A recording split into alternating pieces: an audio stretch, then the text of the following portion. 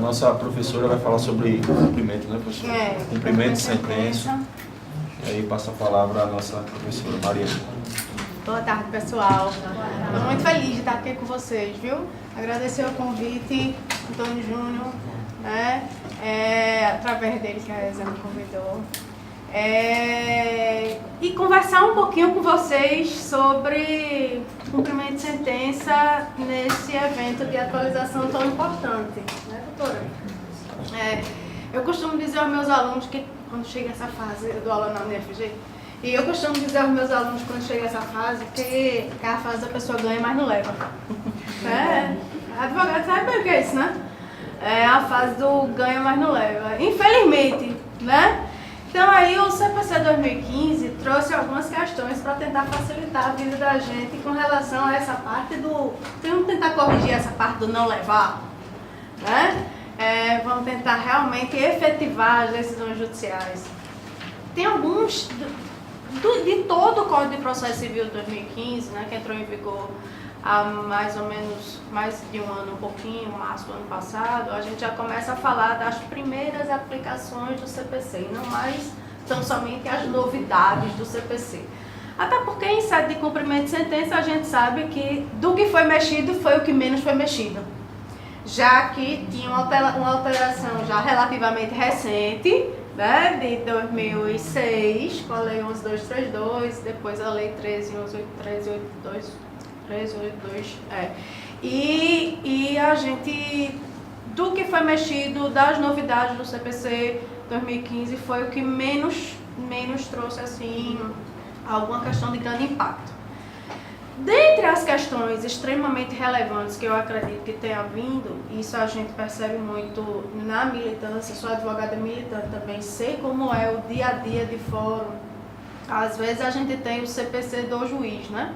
Não raro, nós temos o CPC do juiz. Ah, doutor, mas o CPC diz isso aqui. No CPC, aqui o procedimento é assim, o procedimento de praxe é esse.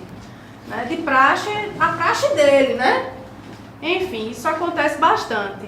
Mas dentre os temas que foram tratados e organizados no CPC foi a questão da execução de alimentos. Né? Como não falar de execução de alimentos num evento que a gente fale de processo civil, principalmente no que tange a fase executiva, né, do processo.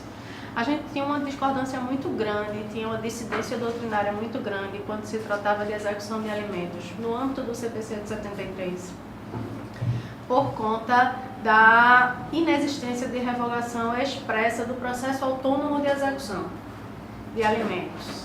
E aí tinha juiz que aplicava o cumprimento de sentença, tinha juiz que aplicava uma execução propriamente dita, tinha juiz que fazia um processo autônomo, mas aplicava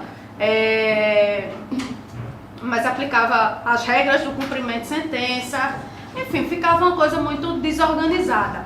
Né? Lá em Jaboatão dos Guararapes, por exemplo, a gente costuma dizer que tem o CPC-JB, o CPC que é o processo de Jaboatão dos Guararapes, porque lá é um lugar estranho, assim, quando a gente fala de processo de família. No atendimento da prática jurídica, 99% dos nossos casos da prática jurídica são de família. Né? Então, aí, lá não se pode acumular pedido, você não pode acumular o pedido de divórcio com o pedido de alimento, você tem que fazer duas ações separadas, né? Tinha todo um procedimento próprio, assim, eu dizia aos meus alunos, eu dizia que tudo que a gente aprende na sala de aula, a gente um pouco desaprende na vida real, lá, né? E aí o Código de Processo Civil ajudou, porque veio a dizer que realmente era possível acumular os pedidos, ainda que existisse procedimento especial, desde que a gente aplicasse as benesses do procedimento especial. Né? E no que tange ao cumprimento de sentença, deixou lá muito claro no artigo 528 que a forma de se executar a sentença que condena a prestação de alimentos é através do cumprimento de sentença, não precisa de processo autônomo, não precisa de nada que vá lembrar a gente do processo de execução autônomo. Né? Veio também a positivação do entendimento do STJ, a súmula 309 foi positivada, incluído no CPC lá no 528 também, no sentido da da inclusão das prestações sucessivas no que tange à execução de alimentos. Uma vez chegou um cliente lá no meu escritório e disse, eu não sei por que foi expedido esse mandado de prisão. No meio desespero chega a polícia, né, na porta dele. Você tá preso, Como é que eu tô preso? Eu não paguei? Existia uma execução de alimentos, ele pagou, recebeu uma citação há 5 anos atrás. Ele pagou as 3 últimas prestações que estavam lá e não pagou o resto. Só que ele demorou mais de 1 ano para ser citado. Aí, né? Foi. Mas eu paguei, enfim, né? Teve que negociar um acordo lá que estava num valor bem exorbitante já. E aí não tem o que se discutir mais quando chega nessa fase. O CPC também positivou isso, não tinha dúvida, estava tranquilo. Uma questão polêmica que envolve alimentos no CPC é a questão da suposta limitação a 50% da verba de natureza alimentar. Logo que saiu o CPC, foi dito que o CPC fixou que a gente tem um teto agora de 50% dos vencimentos para fins de fixação de alimentos. Não tem dizendo nada disso lá. Nada disso. Continua sem existir parâmetro legalizado, né? Positivado. Continua sem existir parâmetro. O que existe é uma determinação para que, em sede de execução e não em sede de fixação de alimentos, em sede de execução de alimentos, a gente possa descontar na folha o valor que está sendo executado, desde que este valor, cumulado com os alimentos correntes, com os alimentos mensais, não ultrapasse 50%. Mas a gente não tem teto de 50% no Código de Processo Civil para fixar a verba de natureza alimentar, né? Nem alimentos decorrentes de ato ilícito, nem alimentos decorrentes da relação de parentismo.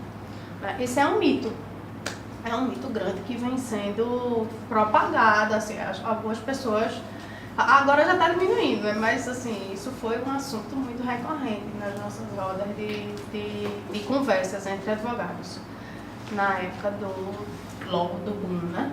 Que entrou em vigor. Não existe isso, né? Acho que de execução de alimentos não tem tanta novidade, além da positivação das regras do cumprimento de sentença. Vamos falar um pouquinho agora de... Tá tranquilo, pessoal, tá rápido. Eu falo rápido, né? Qualquer coisa eu saio. Freia aí, professor. Outra coisa que a gente não pode esquecer também é a questão da hipoteca judiciária, que o advogado usa tão pouco, né? O advogado usa muito pouco a questão da hipoteca judiciária. Transitou em julgado a decisão, pega aquela decisãozinha, leva para o cartório, Código de Processo Civil, não exige nem que o juiz autorize, pega aquela decisãozinha, registra a verba lá no RGI, né? A gente já vai ter, a gente costuma chamar isso de pré-penhora, né? Porque aí é uma forma de dizer a quem for comprar o imóvel que o cidadão já me deve, mas é penhora, Mariana? Não é penhora porque o juiz ainda não determinou a penhora, né? Mas é uma possibilidade que o legislador nos dá de fazer pelo menos uma reservazinha lá de algum patrimônio, na verdade, do devedor, porque às vezes, quando começa chegando a fase do trânsito de julgado, ele começa a alienar tudo. Aí a gente sabe que continua existindo fraude de execução, que continua existindo todos os meios de busca de bens e valores, etc. Mas muitas vezes a gente não consegue pegar nada, né? Então, assim, é uma forma, não custa a gente ir lá, ó, hipoteca judiciária. Vamos reservar, né? Vamos deixar esse bem ali. Ele não vai ficar necessariamente inalienável, mas ele vai ficar ali com a informação de que aquele cidadão que está vendendo está devendo alguém, né? O protesto da decisão é outra questão que o advogado usa muito pouco, né? Muito pouco. Vamos protestar o devedor, né? Tem devedor quanto mais que não está nem aí para a quantidade de protesto. Pode ter 50, né? Ele não está nem aí, muitas vezes. Mas veja, o que custa a gente protestar o cidadão, né? Vamos protestar protestar ele, vamos complicar a vida dele, né? Funciona bastante, funciona. Outra questão que também veio a ser regulamentada quando a gente vai falar de bens do devedor, os nossos limites, em que a gente pode fazer a forma, né? Eu costumo dizer que a melhor coisa que a gente tem é uma legislação de processo bem feita. Por quê? Porque faz com que todo mundo tenha direito ao devido processo legal. E depois que a gente respeita a norma, acabou. A gente não tem muito que tá procrastinando. Acontecia muito, né? Acho que hoje menos. Eu costumo dizer que há 10 anos atrás, ser devedor ainda era um bom negócio. Hoje não é bom negócio mais não. Ser devedor não. Porque você vai estar protestado, você vai estar com o cruzamento de informações. Aquela informação vai chegar constantemente, né, para os seus propensos credores, que não vão querer ser credores. Enfim, então, não é negócio. Hoje não é negócio. A gente está devendo a ninguém. Agora, um cliente estava me perguntando ali, não, que eu estou com débito de condomínio, e aí eu fui sozinho para a audiência, mas apresentei um boletim de ocorrência. Juizado especial. Só apresentou um boletim de ocorrência. Eu disse, eu apresentei, é uma prova de que eu fui roubado. É prova de quê? Né? Então, assim, agora às vezes a citação do juizado induz a erro, não é? O nosso cliente, porque veja, ele recebeu uma citação, lá tem dizendo que ele não precisava de advogado. Mas em momento nenhum ele sabia que tinha que fazer toda a produção probatória ali. Ele não sabia interpretar a ata de assembleia do condomínio. Ele não sabia discutir a questão dos prazos, a questão da competência. Então, que acesso à justiça é esse, né? Suposto acesso à justiça. É a mesma coisa de um ex-empregado que vai pleitear sem advogado na Justiça do Trabalho. Ele vai saber o que ele tem direito. Não vai. Então, apesar de que sabe muito mais do que na esfera civil. Sabe mais que o advogado. Sabe mais que o advogado. Sabe. Mas assim, a questão técnica, né, das preclusões e dos protestos em audiência, veja, o cidadão não vai saber, né? Não vai. Eu costumo dizer que a Justiça do Trabalho, o povo diz que eu sou muito crequeiro com a Justiça do Trabalho, porque eu digo que é uma mesa de negociação. Eu digo que aquilo ali não sabe muito que é devido processo legal, não. Vou chegar já na consideração da personalidade jurídica pra gente bater um pouquinho nesse ponto, que também é outra questão que envolve muito a fase de execução do processo. Enfim, então, vamos protestar, tem o protesto, tem a hipoteca, já falamos de alteração do procedimento da execução de alimentos, podemos falar também da questão que envolve os poderes do juiz, e isso tá na moda, né? Eu costumo dizer que tá na moda, falar dos poderes do juiz. O juiz pode quase tudo. O juiz apreende carteira nacional de habilitação, o juiz apreende passaporte, com base em quê? Ele diz que é com base no 139, inciso 4, mas o 139, inciso 4 diz que ele pode tomar todas as medidas, então ele interpreta literalmente que ele pode tomar todas as medidas. Agora, até onde ele pode interferir na vida do cidadão, no que tange a locomoção. Até que ponto ele pode? Ele pode aprender uma carteira de habilitação do devedor. Eu estava olhando, eu vi sair no Migalhas essa semana, uma decisão recentíssima agora do dia 15 desse mês. Dia 15, o Tribunal de Justiça de São Paulo negou o agravo de instrumento que atribuiu, fazendo requerimento de atribuição de efeito suspensivo, contra a decisão que determinou a apreensão da suspensão da habilitação e a apreensão do passaporte do cidadão.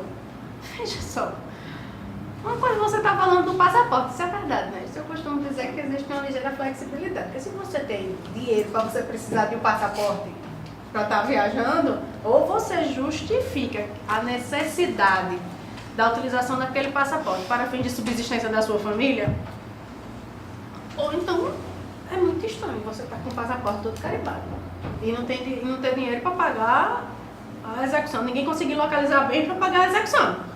É estranho. Agora, a habilitação, né? Eu acho um pouco irrazoável isso. Desproporcional, irrazoável. Né? A habilitação eu acho estranho. Mas o Tribunal de Justiça de São Paulo, pelo menos até agora, não derrubou. E vamos parar a sessão de julgamento e até chegar no STJ para ver o que a STJ diz sobre isso, né? Até onde vai? Tá na moda. Esse negócio de o juiz determinar o que ele quiser, tá na moda.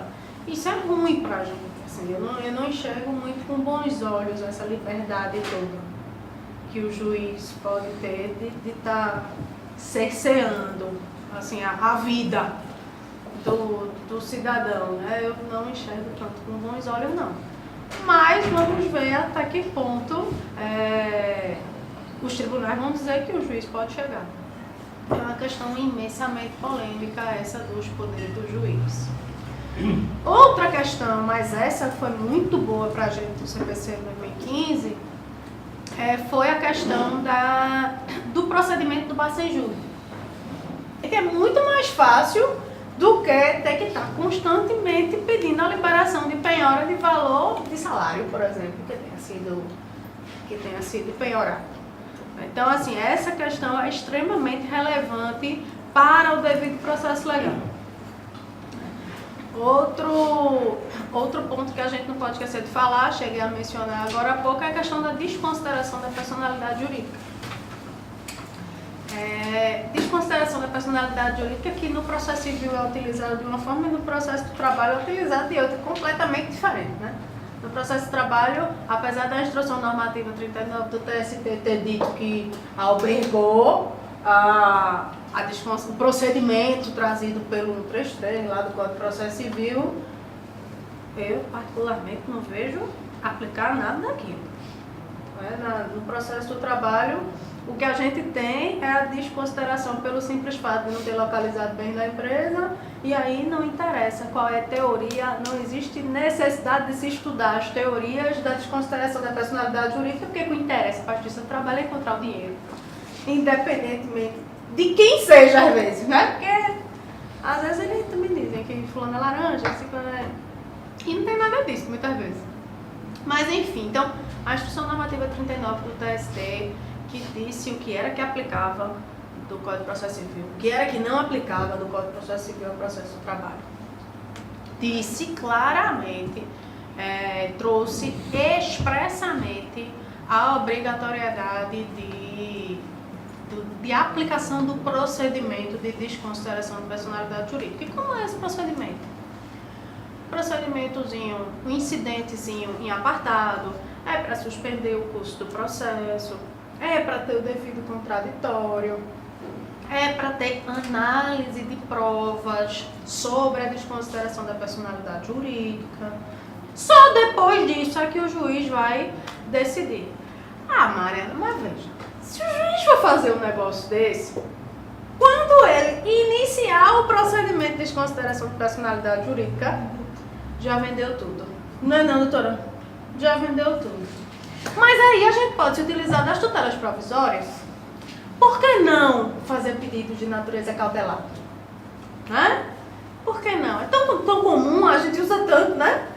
Por que não fazer pedido de natureza cautelar?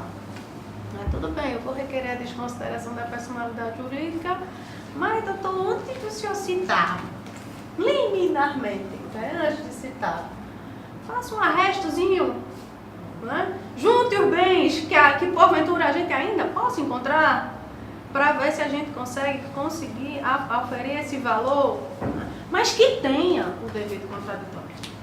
Uma coisa é você, em sede cautelar, você fazer o bloqueio de determinado bem. Outra coisa é o juiz dizer que não precisa estudar teoria maior, teoria menor, como é que se aplica a questão da desconsideração, se fulano é realmente devedor, porque o sócio já tinha deixado de ser sócio há muito tempo, então na época que aquelas obrigações foram contraídas, aquele cidadão nem sócio era mais da empresa, mas para a Justiça do Trabalho. Não interessa muito não, né? Então assim, que tenha o devido processo, que exista contraditório. Contraditório é a base dos nossos princípios constitucionais e do nosso... Tudo que a gente fala de processo tem que falar de contraditório, né? Então, que exista esse devido contraditório. Essa semana eu estava com uma... Desculpa interromper. Agora que a senhora tocou essa questão do sócio, e falando contraditório, né? Eu lembrei aqui, e aquela hipótese do terceiro, vamos dizer assim, um devedor solidário, que não fez parte do contraditório na fase de conhecimento. Perfeito. E eu posso, então, direcionar o cumprimento de sentença a esse terceiro, que não fez parte do contraditório? Pode. Desde que haja um contraditório no incidente de desconsideração de personalidade jurídica.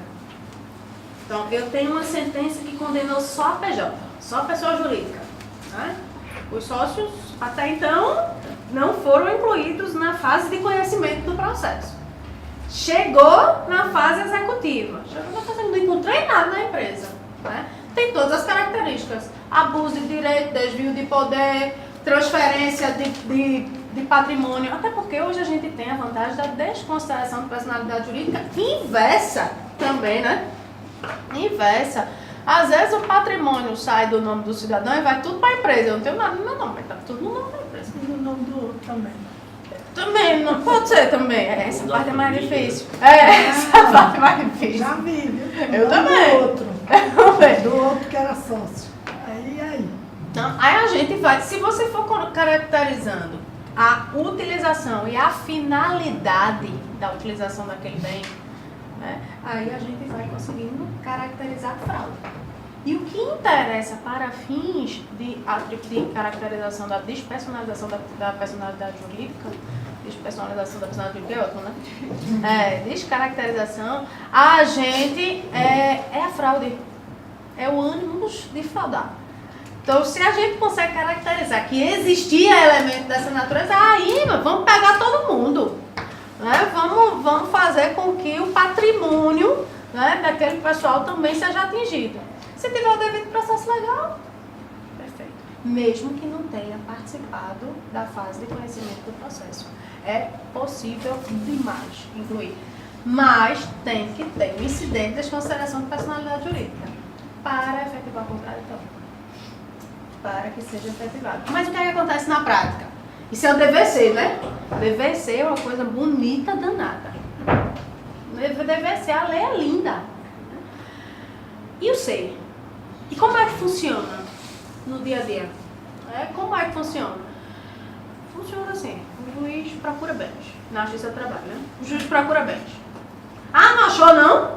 Vamos penhorar tudo que tem dos sócios. Depois que ele penhora, aí é que ele vai pensar em discutir e dar a oportunidade do contrato. Depois que ele penhora, ele dá a oportunidade do contrator.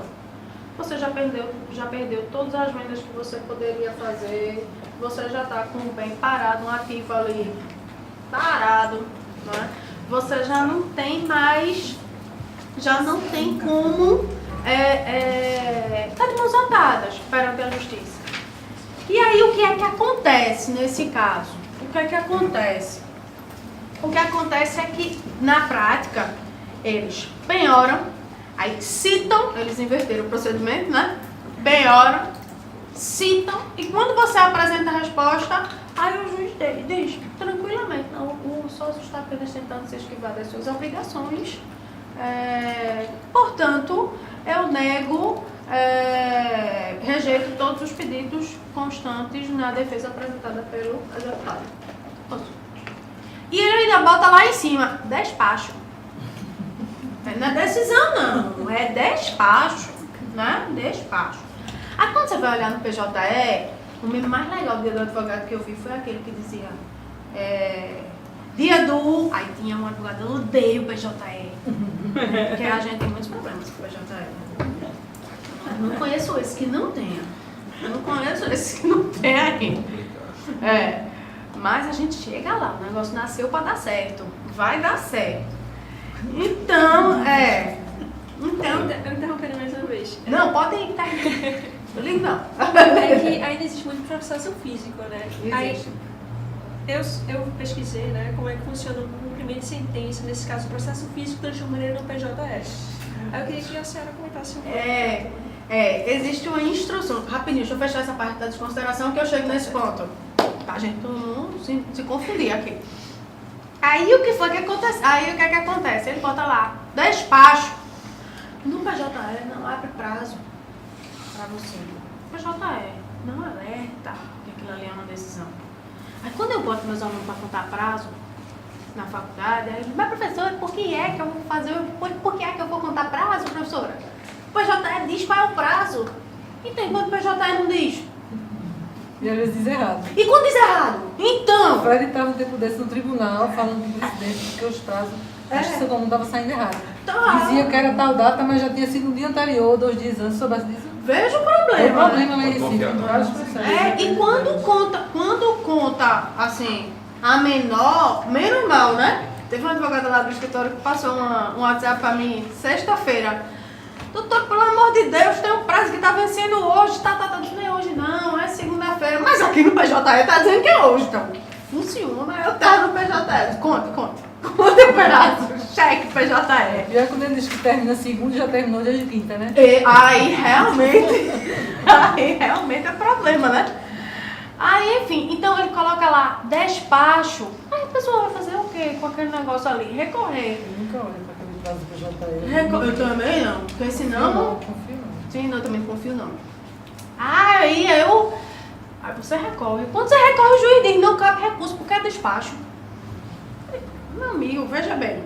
Aquele ditado do veja bem, né?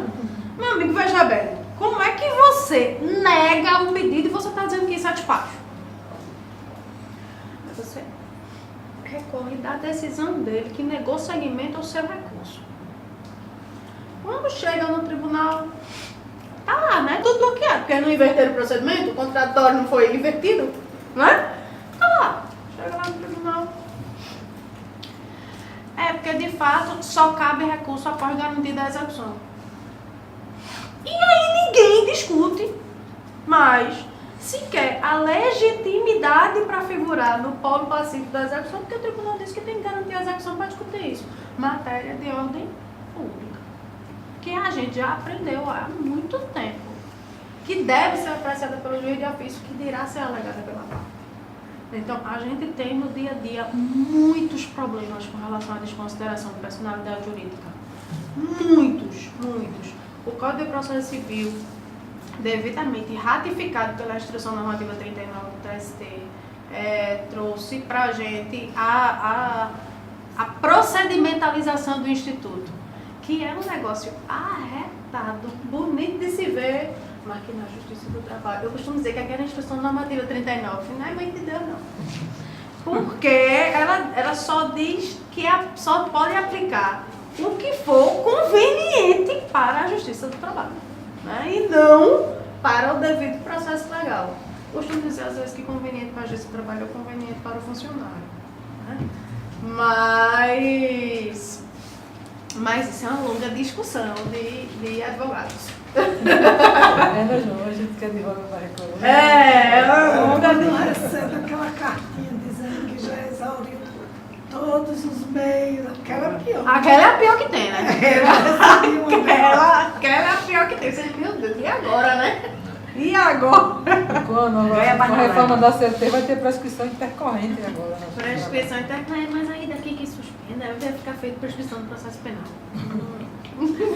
Aquela que fica pra sempre, né? Acaba sempre, chega aqui e acontece um ato. Aí não, agora interrompeu o prazo profissional. Aí acontece outro ato, não, agora interrompeu de novo. Agora não vai ter não. Esse negócio não vai aplicar não. Né? Tem uma questão da reforma trabalhista que eu achei muito interessante, que veio do processo civil, que foi a questão da quantificação do dano. Os valores é que eu não concordo. Mas você ter um procedimento para quantificar dano, eu acho muito bom para todos os envolvidos da relação, porque você não fica com aquela coisa de... Tem um parâmetro, apesar da gente já ter pela jurisprudência um parâmetrozinho, né? Mas assim, é uma coisa que ajuda muito a questão da industrialização do dano também e às vezes, eu uma vez tinha uma cliente falando de dano, tem muita história para contar, advogado, né? Uma vez tinha uma cliente que disse assim, Ô, doutora, esse processo vai demorar muito? Eu disse, olha, prazo, a gente não é uma coisa que eu posso lhe dar, não, do processo. Aí ela, certo, mas é porque eu tava doida pra trocar meu carro. Eu disse, é melhor você trocar o carro sem pensar nisso. Primeiro, porque eu nem sei se o seu direito vai ser concedido. Depois, né, porque esse negócio de causa ganha é mentira. Depois, eu não sei, não tenho noção desse valor. Né? Agora, eu só tenho uma certeza, não vai dar para você trocar o carro. Então, resolve o negócio do seu carro independente disso, né? Dando moral tem muito disso também. Mas vamos pro PJE do cumprimento de sentença. Lá no escritório tinha um processo, e eu acho que ele era de 2011. E aí, esse processo foi desenterrado. O cidadão tinha saído, o cliente tinha saído do escritório, a gente tinha renunciado o dele, depois ele voltou, e o processo estava no mesmo lugar, do mesmo dia. Aí disse, vamos cobrar agora isso? Quando foi preparar o procedimento de cumprimento de sentença, não, agora tem que PJizar, tem que ser de acordo com o PJE, tá. Aí a gente prepara basicamente um instrumento, acho que foi isso que você fez, não foi? Prepara um instrumento, né? Tira as cópias quase uma capa de sentença, né? Um agravo de instrumento, né? Prepara um verdadeiro instrumento para iniciar o procedimento de cumprimento de sentença no PJE. E o físico tá lá, arquivado, né? E o físico fica Você lá. vai ter que peticionar lá, dizendo que entrou, juntando a cópia do protocolo no É uma PJE. mão de obra danada, viu? Para o processo lá não acontecer de ficar aguardando, porque senão você não Doutora, a mão de obra é sempre pra gente advogado. Não, agora nós viramos serventuários da justiça. Nós viramos. Porque veja, alguém aqui consegue distribuir um processo com menos de 1 hora? Não. Eu não. Tu consegue? Eu não consigo. Eu digo, eu sou muito organizada, como diz a história, né? Eu devo ter algum problema com esse negócio. Se for só a petição e a procuração. Se for Pronto, só se habilitar. Uma vez eu fiz isso, peguei um monte de processo, botei só a petição e a procuração. Mas não pode. Peguei as datas e depois, em seguida, eu fui fazer a juntada dos documentos. Mas dei a data para colocar. Já consegui Mas dei depois a das data. 10 da noite. Porque às vezes o cliente está querendo a data E da com já audiência. tudo em PDF, tudo prontinho na pastinha só. Não, mas aí você já tinha compactado todos sim, os com arquivos. Mas certeza.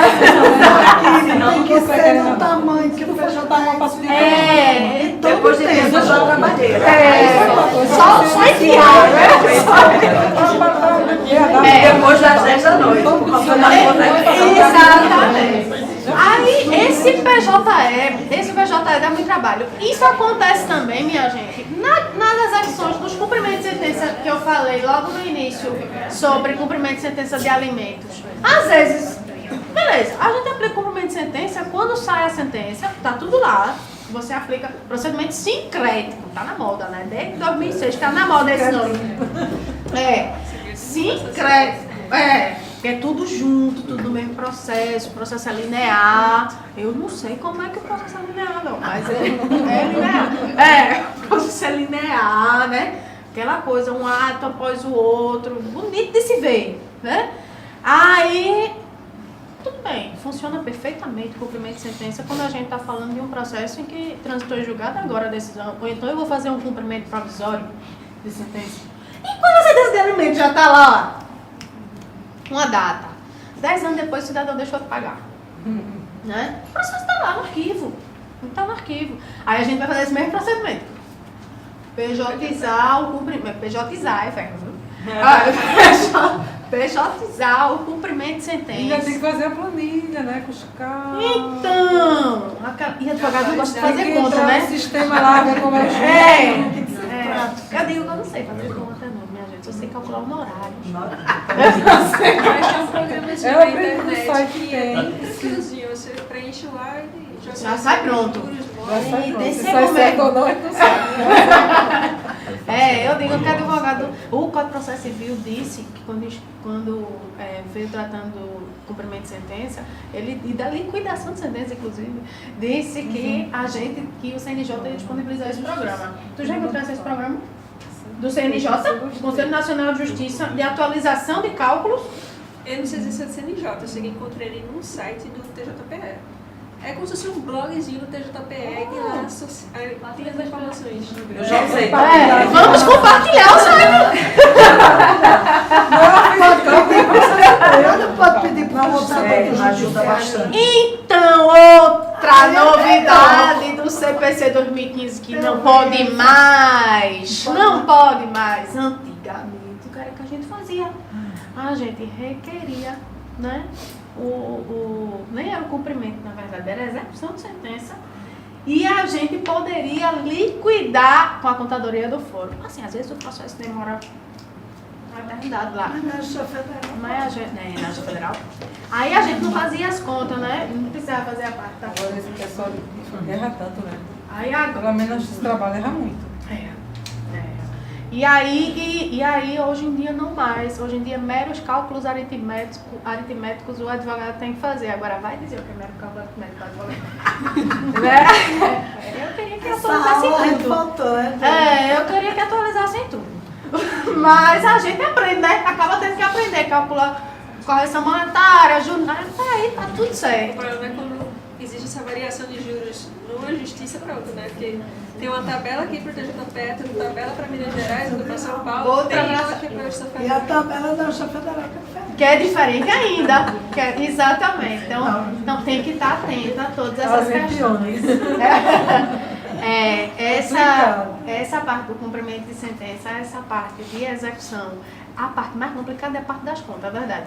Mas procedimento, no que tange a procedimento, apesar de ser aquela que foi a que teve menos alterações, é a que faz com que hoje a gente consiga ter uma ligeira efetividade. Não sei se vocês têm percebido isso, mas de 5 anos para cá eu tenho percebido uma ligeira efetividade no que tange a cumprimento de decisões judiciais. Eu acho que nós, advogados, talvez precisemos ser mais atuantes no que tange a procurar as brechas que a legislação nos dá.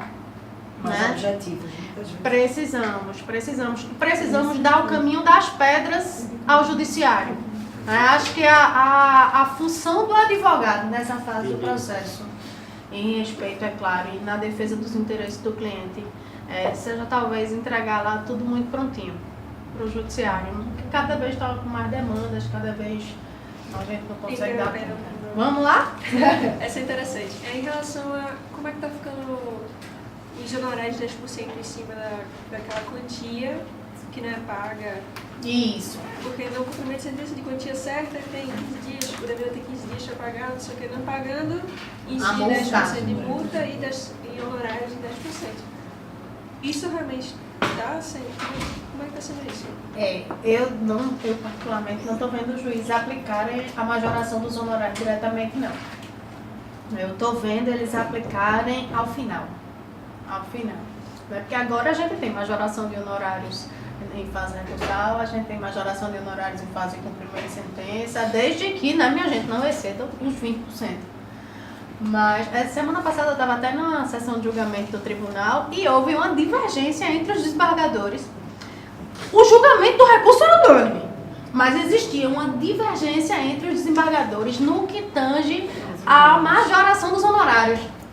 Porque um deles dizia que não precisava majorar, que já tinha sido um processo muito simplificado, a tese já estava pronta e tal. Mas o outro desembargador, eu não vou ficar falando nome não, né? Aí o outro desembargador, ele foi muito expresso, ele disse, mas veja, não é uma faculdade que o legislador dá, é uma obrigatoriedade nossa. Né? Não está dizendo aqui que é para o juiz avaliar se cabe ou não Senão cabe. ia ficar muito subjetivo. E essa tal da subjetividade. Né? Então, Deu trabalho ou não deu? Deu trabalho não deu, quem sabe sou Você que eu. fez, Se deu ou não deu trabalho, né? O juiz vê muito pouco do nosso trabalho, para falar a verdade. Ele vê a petição, ele vê quando a gente vai despachar, ele não vê a gente conversando com o cliente, a gente preparando a tese, a gente no dia a dia, né? A terapia, né? Advogado é psicólogo. Mas o que é que... Tô terminando, viu, Antônio? Tô observando aí. O que é que a gente pode fazer? Nós somos cada vez mais. Eu dei uma entrevista na Rádio Maranata, dia do advogado, dia 11, né? E eles repetiram 3 vezes a mesma pergunta. O que fazer para o advogado ficar mais próximo da sociedade? Acho que talvez a nossa função primordial seja essa. Né? Porque nós somos o link entre o jurisdicionado e a justiça. E a justiça tem aquela coisa assim, né? De dar aquele medo, um ligeiro afastamento, né? O pedestal, né? O juiz que tem deles que tem certeza que são dono do mundo. Mas a maioria não mais, graças a Deus, né? A maioria não mais. Então, a gente tem, de fato, o que fazer com que a sociedade enxergue, né? Que a gente não precisa viver nesse afastamento. A gente não precisa. E conscientizar. Eu falo muito da audiência de conciliação e mediação nas palestras. Porque hoje meu tema era execução. Mas eu falo muito da audiência de conciliação e mediação. E eu lembro que nas caravanas da UAB de processo civil, os advogados diziam: doutora, como é que a senhora quer que a gente feche acordo e tudo e a gente vai ganhar dinheiro como? Né? Como é que vai fazer? Não, a gente vai ganhar dinheiro através disso também. Né? É outra forma que a gente tem de ganhar dinheiro. A gente não vai ter aquele processo lá aperreando a vida da gente durante muito tempo. A gente vai fechar um acordo ali, a gente tem dinheiro acolá, a gente faz. Então, não significa dizer que com a aproximação. Fazer a caravana de mediação e arbitragem pra cá também. Vamos embora. Não significa dizer, e tem muita coisa legal. Eu sou suspeita porque eu sou mediadora e eu sou fã, assim, incondicional do negócio. Que dá resultado, funciona, né? Mas, assim, a aproximação que a gente tem a obrigação de fazer da sociedade para com o judiciário só traz êxito, só traz lucro para todo mundo. Por quê? Porque a gente torna muito mais humanizada a justiça. Às vezes a justiça vive num pedestal tão grande que não sabe o que acontece ali na vida do cidadão. Acho que o advogado, ele tem muito essa função. E de não criar ilusões. Eu costumo dizer que quando eu vou lá ficar sessionar, eu digo: rapaz, a gente tem que aperrear os advogados. Fazer um calinho lá no pé dos advogados que ficam criando ilusões, vendendo ilusões, né, para as pessoas. E aí a justiça acaba ficando sem credibilidade, porque cada vez que um sai sem receber o direito que o advogado dele disse a ele que ele tinha, aí a justiça vai ficando sem credibilidade, cada vez enfraquecendo, né? E a culpa é sempre do advogado. Por quê? Quando a gente perde, a culpa é do advogado. Quando a gente ganha, é do juiz. Mas quando perde, a culpa é do advogado. Não, o advogado é muito fraquinho, né? E aí a gente se fortalece, todo mundo se fortalece, né? Mas vamos discutir? Eu quero saber de vocês. O que é que vocês têm pra gente discutir de legal? Nenhuma pergunta. Perguntas, dúvidas, questionamentos.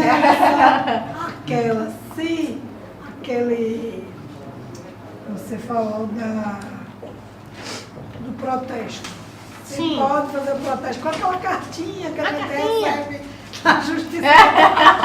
Vamos ver se o cartório vai querer fazer. Aquela cartinha. Da Justiça do Trabalho. Cartório faz. Pode fazer o protesto. Você tem que pegar a certidão. É assim, como é que a gente faz o protesto? Sim. Transitou em julgado, uma decisão. Já tem até a cartinha. Já tem até a cartinha. Pega lá a certidão, pede uma certidão e apresenta no cartório. Aquilo ali vai ser... É com título protestado. É um título, mais um título Porque o protestado. valor é razoável, viu? Funciona. Não, esse é um valor razoável. Tem que fazer alguma coisa. Vamos fazer... E não acho o autor em canto nenhum, o devedor em canto nenhum. Procura que acha. Alguma hora a gente consegue pegar alguma coisa. Agora gostei do protesto. Vou tomar. Já vai fazer. Amanhã já vou protestar. Já vai fazer. Sempre tem uma novidade. Se for uma coisa. E aí? Tem mais alguma questão de execuções legal para comentar, para a gente discutir? Todo mundo tem um processo de execução que não sai de canto. Eu acho, Mariana, o grande problema dessa questão do protesto é o custo. É. Entendeu? Porque, veja, tudo no tribunal tem um fundo. Você pede uma perícia, se é beneficiário de gratuita, tem um fundo para cobrir. Mas para o protesto não tem, então... Não, agora assim, na Justiça do complicado. Trabalho, tem a vantagem de que depois que inclui no banco do devedor, BNDT, né? BNDT, Já dá uma impressão. aí já dá uma impressão, porque o cidadão não pode licitar, o cidadão tem cadastro, o nome dele está em todos os lugares que ninguém quer que esteja, né? Que ninguém quer que esteja. Então, assim, na Justiça do Trabalho tem essa vantagem. Na Justiça do Trabalho eu acho que eu nem protestaria. É tão rápido também, né? É tão sério. Casos pontuais. Assim, na Justiça do Trabalho, assim, pra você tentar, a partir do momento que não localizou bens, o juiz determina É mais rápido. a inclusão. Determina a inclusão. Rápido, depende. Eu tava com eu vou despachar amanhã um processo que está sobrestado, o processo é de 2011, veio, Justiça do Trabalho, 2011. Está sobrestado, o trâmite dele foi suspenso porque o STF disse que ia apreciar a questão da equiparação dos servidores, dos funcionários de call center com as tomadoras de serviço. Mas já está lá parado há 2 anos no STF, né? E não sai do lugar. E aí no TST, consequentemente, está tudo parado por causa disso também. E aí foi a história dos precedentes. Só uma dúvida, tem um caso um pouco estranho, né, ao meu ver, que aconteceu o seguinte, tem uma ação de alimentos, e aí foi proposta, houve audiência de conciliação, foi feita a conciliação, os termos por todos aceitados, e aí se demorou muito para existir a homologação Sim. dessa audiência. E mesmo após essa audiência, não houve mais o depósito dos valores mencionados. E aí eu tive que pedir um cumprimento de sentença com base nos alimentos provisórios Isso. antes estipulados. Então, assim, eu queria saber se estou ainda aguardando a decisão judicial a respeito O desse procedimento é cumprimento. exatamente esse. Mas aí eu achei um pouco estranho. Porque é cumprimento provisório, a gente sempre acha estranho, né? Cumprimento de sentença. Na verdade, cumprimento provisório não. Mas cumprimento de decisão interlocutória. Cumprimento de decisão interlocutória, a gente sempre acha estranho.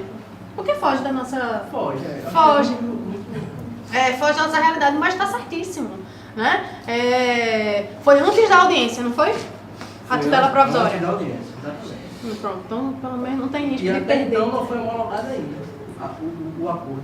Não, mas aí perfeitamente, está em plena execuibilidade a tutela provisória. O procedimento é idêntico, é o mesmo. É o mesmo, né? Do cumprimento de sentença. Lá no 528 ele diz claramente decisões interlocutórias ou decisões definitivas, né? Tá perfeito. Agora, agilizar que é dose, né? É verdade. Até agora não. Pediu a prisão do cidadão. Faço não, rapaz. Praxe, Faço não, rapaz. Você é muito malvado. Viu? Podia ser você, né? Podia ser você é muito malvado. Tenha calma. Não, o interesse é esse, que pague, né? É só pra imprensar ele. Só para dar uma Só E o receio, uma questão que é sobre a prisão, que talvez a gente, que seja importante a gente evidenciar, já que foi tocado no assunto, né? É que somente as 3 últimas prestações em diante, né, pessoal? Antes disso... Oi? O juiz faz aqui, pega o todo e executa. O juiz faz aqui? Olha aí, tá vendo? O Código de Processo Civil próprio. Eu peticionei, o rapaz tá preso. Tá preso? Mas ele soltou essa semana passada. Eu lembro quando juntou tudo e determinou a prisão como ponte. E as 3 mil prestações. E acho que se vencerem, né? Eu peticionei juntando a jurisprudência e tudo mais. Súmula, foi positivado. Né? Eu fiquei bom quando eu vi. Essas coisas do nosso dia a dia. Aqui em Pojuca. Essas coisas do nosso dia a dia são uma joia. Né? Mas assim, as 3 últimas e o pra trás é que é problema, né? O pra trás, aí o CPC trouxe a questão da penhora e do desconto em folha até 50% para o passivo. Isso ajuda muito. Quanto tem emprego, né, minha gente? Porque cá entre nós, o povo pede demissão para não pagar alimentos. Então, Vai descontar de onde? Enfim. Muito legal estar com vocês. Eu ainda tenho tempo para falar. Como é que a gente... Cadê? Cadê Antônio? Eu nem cronometrei. Mas... Já temos 2 painéis, né? ainda tem 2. Ele estava me dizendo, Maria, não pode falar muito. Encerrou. Não vou avisar que encerrou. Mas, pessoal, eu me coloco à disposição para a gente discutir quaisquer questões. É muito rapidinho, né? Tanto que a tendência é eu falar mais rápido que eu já falo. Mas espero que vocês tenham aproveitado esse dia inteiro, né? De atualização e movimentação. Obrigada.